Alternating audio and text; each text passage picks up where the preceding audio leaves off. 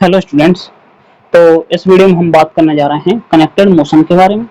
तो connected motion के बारे में पढ़ने से पहले हम एक क्वेश्चन सॉल्व कर लेते हैं, और क्योंकि हमने लीनियर मोमेंटम कंजर्वेशन पढ़ लिया है, उसका एक क्वेश्चन सॉल्व किया था, एक क्वेश्चन और सॉल्व कर लेते हैं। तो क्वेश्चन कुछ इस तरीके से है कि हमारा एक आदमी है, मैन है, और उसका मास है 60 kg। ठीक है।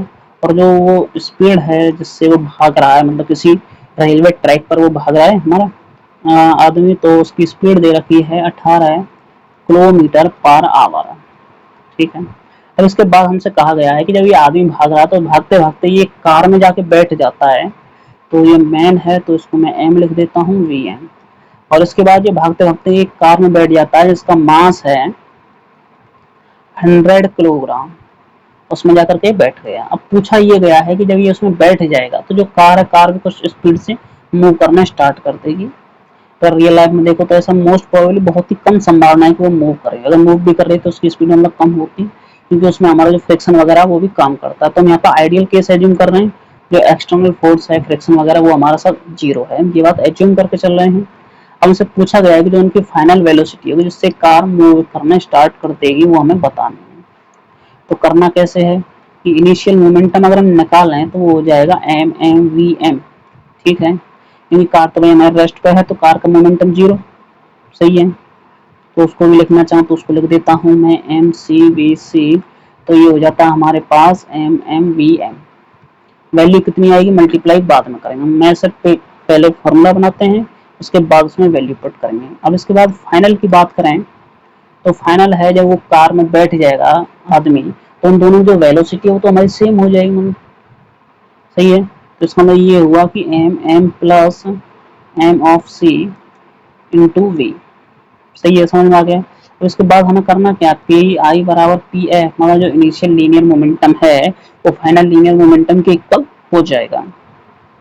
अब वैल्यू पुट करना स्टार्ट करें तो हमें पता है M M V M is equal to M M plus M C into we.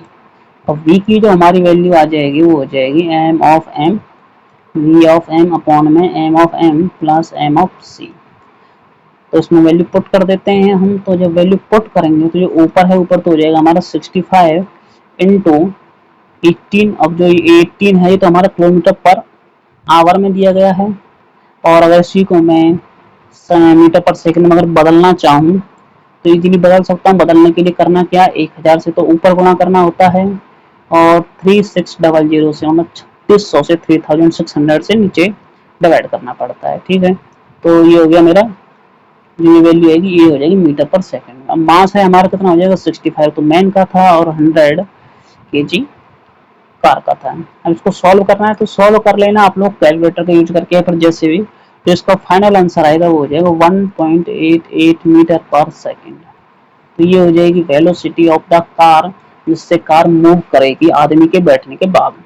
तो इतना आप लोगों को समझ में आ गया होगा, नहीं आया तो कमेंट बॉक्स में जरूर बताएं।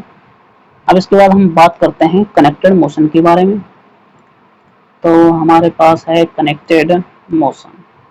अब इसमें एक चीज जो मैं आपको बताना चाहता हूँ मेन ये है कि जो आपकी बुक में दिया गया है उसमें ये दिया गया है कि यहाँ पर एक पुली है, और पुली को हमने यहाँ पे टाइटली बांधा हुआ है, ये इस तरीके से बंधी हुई है।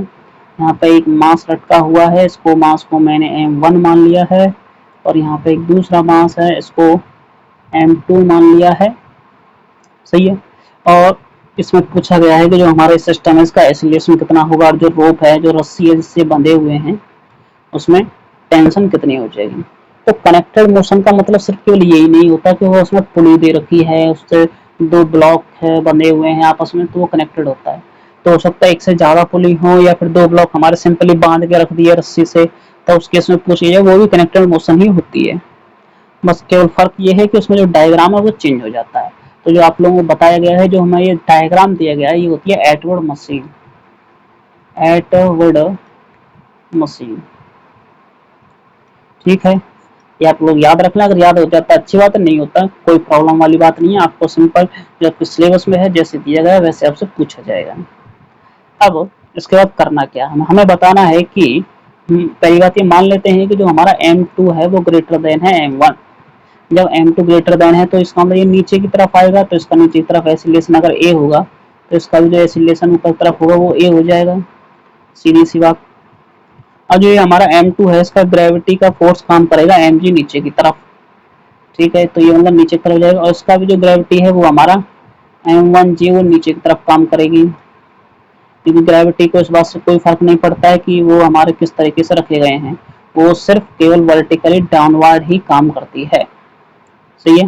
अब इसके बाद जो यहाँ पे टेंशन होगी वो इधर हो जाएगी, और यहाँ पे जो टेंशन होगी वो इधर हो जाएगी।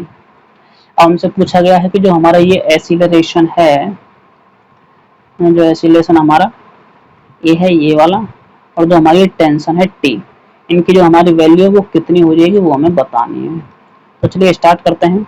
करने के लिए करना क्या है हमें, तो पहली बात करते हैं फॉर मास M2, जो हमारा बड़ा वाला मास है उसके लिए अगर हम बात करें, अगर वो नीचे की तरफ जा रहा है तो उस पर जो फोर्स है हमारा M2A नीचे की तरफ काम कर रहा है। और जैसे हमने लिफ्ट वाले केस में पढ़ा था, अगर आपको याद हो, कि अगर वो नीचे की तरफ जा रहा है तो जो डाउनवर्ड फोर्स है उसमें से अपवर्ड फोर्स को माइनस कर देते हैं, तो ये हो जाएगा फिर हमारा M2G माइनस टी, ये हुई क्वेश्चन नंबर 1, ठीक है, याद रखना। अब इसके बाद करते हैं मास 2 के लिए, फॉर मास M1 जो दूसरा वाला है उसके लिए हो जाएगा M1A ऊपर की तरफ जा रहा है तो वो हो जाएगी T माइनस M1G, ये हुई क्वेश्चन नंबर 2, ठीक है। अब हमारे पास दो वेरिएबल हैं A और T, और दो ही हमारे पास इक्वेशन है। सॉल्व कैसे करना है, तो सॉल्व करने के लिए जो मेथड आप यूज करना चाहें कर सकते हैं, तो मैं बता देता हूँ कैसे सॉल्व करना है। अगर हम दोनों इक्वेशंस को ऐड करते हैं तो क्या होगा, हम करते हैं एडिंग 1 एंड 2, मतलब 1 और 2 को हम ऐड करते हैं, तो ये हो जाएगा M1 प्लस M2 इंटू जी बराबर हो जाएगा फिर हमारे पास M2 माइनस M1 इंटू जी। तो आप लोग मानते हो कि ये बात सही है, सही है, माननी पड़ेगी आपको, क्योंकि यहाँ पे टेंशन हमारी माइनस टी है और यहाँ पे टेंशन हमारे प्लस में है, तो कट जाएगा। ये M2 प्लस में है तो M2 प्लस में आ गया, माइनस का M1 है तो माइनस का M1 आ गया, यहाँ पे जो हमने नीचे लिखा है इस वाली इक्वेशन में, ठीक है। और यहाँ पे एक गलती जो हमने की है वो ये है कि यहाँ पे हमें लिखना है A, सही है। अब इसको मैं नेक्स्ट पेज पे ले जाऊं तो मैं इसको लिख सकता हूँ कि A इक्वल टू हो जाएगा M2 minus M1 divided by M2 plus M1 into में G, ठीक है। अब यहाँ पे जो मैंने कंडीशन मानी थी वो ये थी कि जो हमारा M2 है वो ग्रेटर देन है M1, ये बात भी आपको याद रखनी है।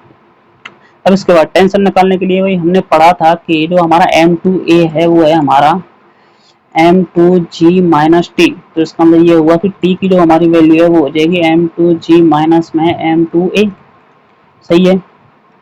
करना क्या है, M2 कॉमन निकाल दो, G यहाँ पे आ गया minus M2 minus M1 divided by M2 plus M1 into G और बाहर निकाल देते हैं इसमें से, तो G और बाहर निकाल दिया तो M2G हो गया। ऊपर से अगर हम करें एलसीएम, इनका एलसीएम ले लेते हैं, मतलब इक्वेशन यहाँ पे सॉल्व कर देते हैं, तो जो ऊपर आएगा वो हो जाएगा M2 plus M1 minus M2 plus M1, और नीचे डिवाइड में हो जाएगा M1 प्लस M2। तो जब इसको सॉल्व करोगे आप लोग तो जो हमारा M2 माइनस का वो प्लस वाले से कट जाएगा, और जो बचा हमारे पास वो क्या होगा, ये एक M1 ये है और एक M1 ये है, तो ये हो जाएगा 2 M1 M2 इंटू जी, और नीचे हो जाएगा M1 प्लस M2, ठीक है।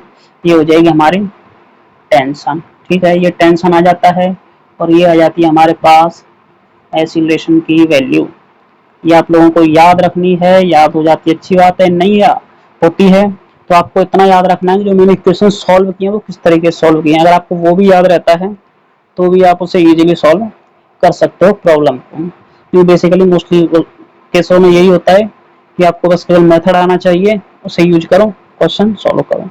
तो ये था इसमें टेंशन के बारे में और मास के बारे में। अब मान लो कि भाई जो हमने ये यहाँ पे माना है, जो कंडीशन यहाँ पे हमने अप्लाई की है, यहाँ पे हमने ये बात एज्यूम की है कि मास हमारा जो मास था हमारा M2 ग्रेटर देन M1 था, तो उस केस में जो हमारा एसिलेशन आया वो था हमारा M2 minus M1 divided by M2 plus M1 into g, और जो टेंशन है टेंशन आई थी हमारी 2M1 M2 into G divided by M1 plus M2, ठीक है। अब अगर ये हो जाए कि m1 ग्रेटर देन m2 हो जाए तो क्या होगा, तो करना कुछ नहीं है, इक्वेशन हमारी अप्रोक्सीमेटली सेम रहेंगी, m1 को m2 से रिप्लेस कर दो, बस केवल फर्क ये रहेगा।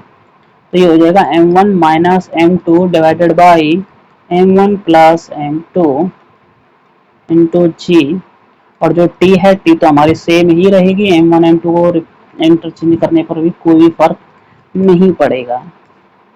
ठीक है, ये तो हो गया हमारे दो केस। अब ये आप लोगों को याद रख लेना है, याद ये रखना है कि जो ऊपर जो हम एसिलेशन निकाल रहे हैं उसमें बड़े वाले में से छोटे वाले को माइनस कर देंगे, और जिस डायरेक्शन में बड़ा वाला मूव करेगा वही हो जाती है हमारी। उसी वजह से मतलब हम एसिलेशन निकाल सकते हैं, बड़ा वाला अगर नीचे की तरफ जाएगा तो छोटा वाला ऊपर की तरफ ही जाएगा। और ये वैसे भी आप लोगों को पता ही है कि अगर एक हैवी ऑब्जेक्ट है तो वो नीचे की तरफ मूव करता है, और जो लाइट ऑब्जेक्ट है वो ऊपर की तरफ मूव करेगा, जो हमने यहाँ पे डायग्राम बनाया था उसके अकॉर्डिंग। ठीक है, तो ये हो गया हमारा कनेक्टेड मोशन के बारे में। तो चलो एक क्वेश्चन सॉल्व कर लेते हैं इसी बहाने इस पर। तो जो क्वेश्चन है, क्वेश्चन बहुत ही सिंपल है। जो हम करेंगे कि हमारे पास एक पुली दे रखी है ये वाली, ठीक है, और पुली ये हमारी ऊपर से बंधी हुई है, और एक मास है हमारा यहाँ पर, और एक मास हमारा यहाँ पर है। इस तरीके से है कि जो हमारा ये मास है इसको m1 मान लेता हूँ, इसको m2 मान लेता हूँ। ये हमारा 5 kg है और ये हमारा 6 kg है। सिंपल कर लेते हैं क्वेश्चन को। बाकी इसमें जो कैलकुलेशन जो भी होगी वो आप लोगों को सॉल्व करनी है, मैं आपको मेथड बताऊंगा। अब इसमें आप लोग तो मैं इसको चलो थोड़ा सॉल्व इजी कर लेता हूँ ताकि मुझे भी कैलकुलेशन करने में प्रॉब्लम ना हो, तो इसको मैं 10 कर लेता हूँ। अब इसमें आप लोगों को पता है जो हैवी ब्लॉक है वो तो हमारा m2 है, तो मतलब m2 नीचे की तरफ जाएगा और m1 ऊपर की तरफ जाएगा, सीधी बात है। तो जो एसिलेशन आपने निकाला था पहले वो था हमारा हैवी ऑब्जेक्ट माइनस में लाइट ऑब्जेक्ट, मतलब बड़े वाले में से छोटा वाला मास माइनस करना है, और अपॉन में था उसका सम। तो सम तो हम कैसे भी लिख दें, m1 प्लस m2 लिखें या m2 प्लस m1 लिखें, बात सेम रहेगी। वैल्यू पुट कर दें तो ये हो जाएगा हमारा 10 माइनस 5, 10 प्लस 5 इंटू जी की वैल्यू मान लेता हूँ मैं 10। 10 मानने से क्या फायदा होगा, सिंपल हो जाएगी वैल्यू। तो यहाँ पे जो वैल्यू आएगी वो हो जाएगी 50 डिवाइडेड बाई 15। सही है, ऊपर 5 बचेगा, इंटू 10 करना है, 50 हो जाएगा, नीचे 15 हो जाएगा। जब मैं इससे डिवाइड करूंगा तो 3.33 आएगा समथिंग। आप लोग चेक कर लेना एक बार और कैलकुलेटर से, कहीं गलत तो नहीं है मेरी वैल्यू। तो ये हो गया हमारा एसिलेशन। अब बात करते हैं हम टेंशन की। तो टेंशन होती है 2m1 m2 divided by m1 plus m2 into g. इसका मतलब ये हुआ कि 2 इंटू 5 इंटू 10 इंटू 10, सही है, नीचे हो जाएगा 15। तो ये हो गया 5 और 2 10, इसका मतलब हो गया 1000 डिवाइडेड बाई 3।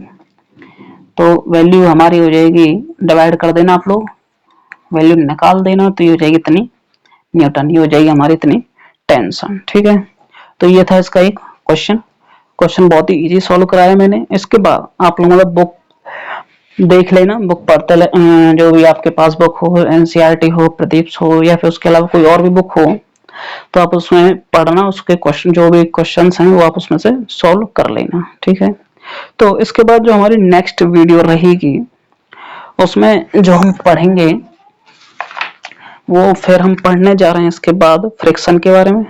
जो हमारा न्यूटन्स लॉज ऑफ मोशन था, जो मतलब first law, second law, third law था, उसमें इतना ही है। उसके बाद पढ़ेंगे हम फ्रिक्शन, कि हमारा फ्रिक्शन क्या होता है, किस तरीके से वो अप्लाई करता है, इक्वेशन ऑफ मोशन किस तरीके से चेंज होती है। तो मिलते हैं नेक्स्ट वीडियो में। बाकी इस वीडियो में अगर आपको कोई क्वेश्चन हो, डाउट हो, तो वो कमेंट बॉक्स में जरूर लिखें। वीडियो को लाइक करें, शेयर करें और चैनल को सब्सक्राइब करें।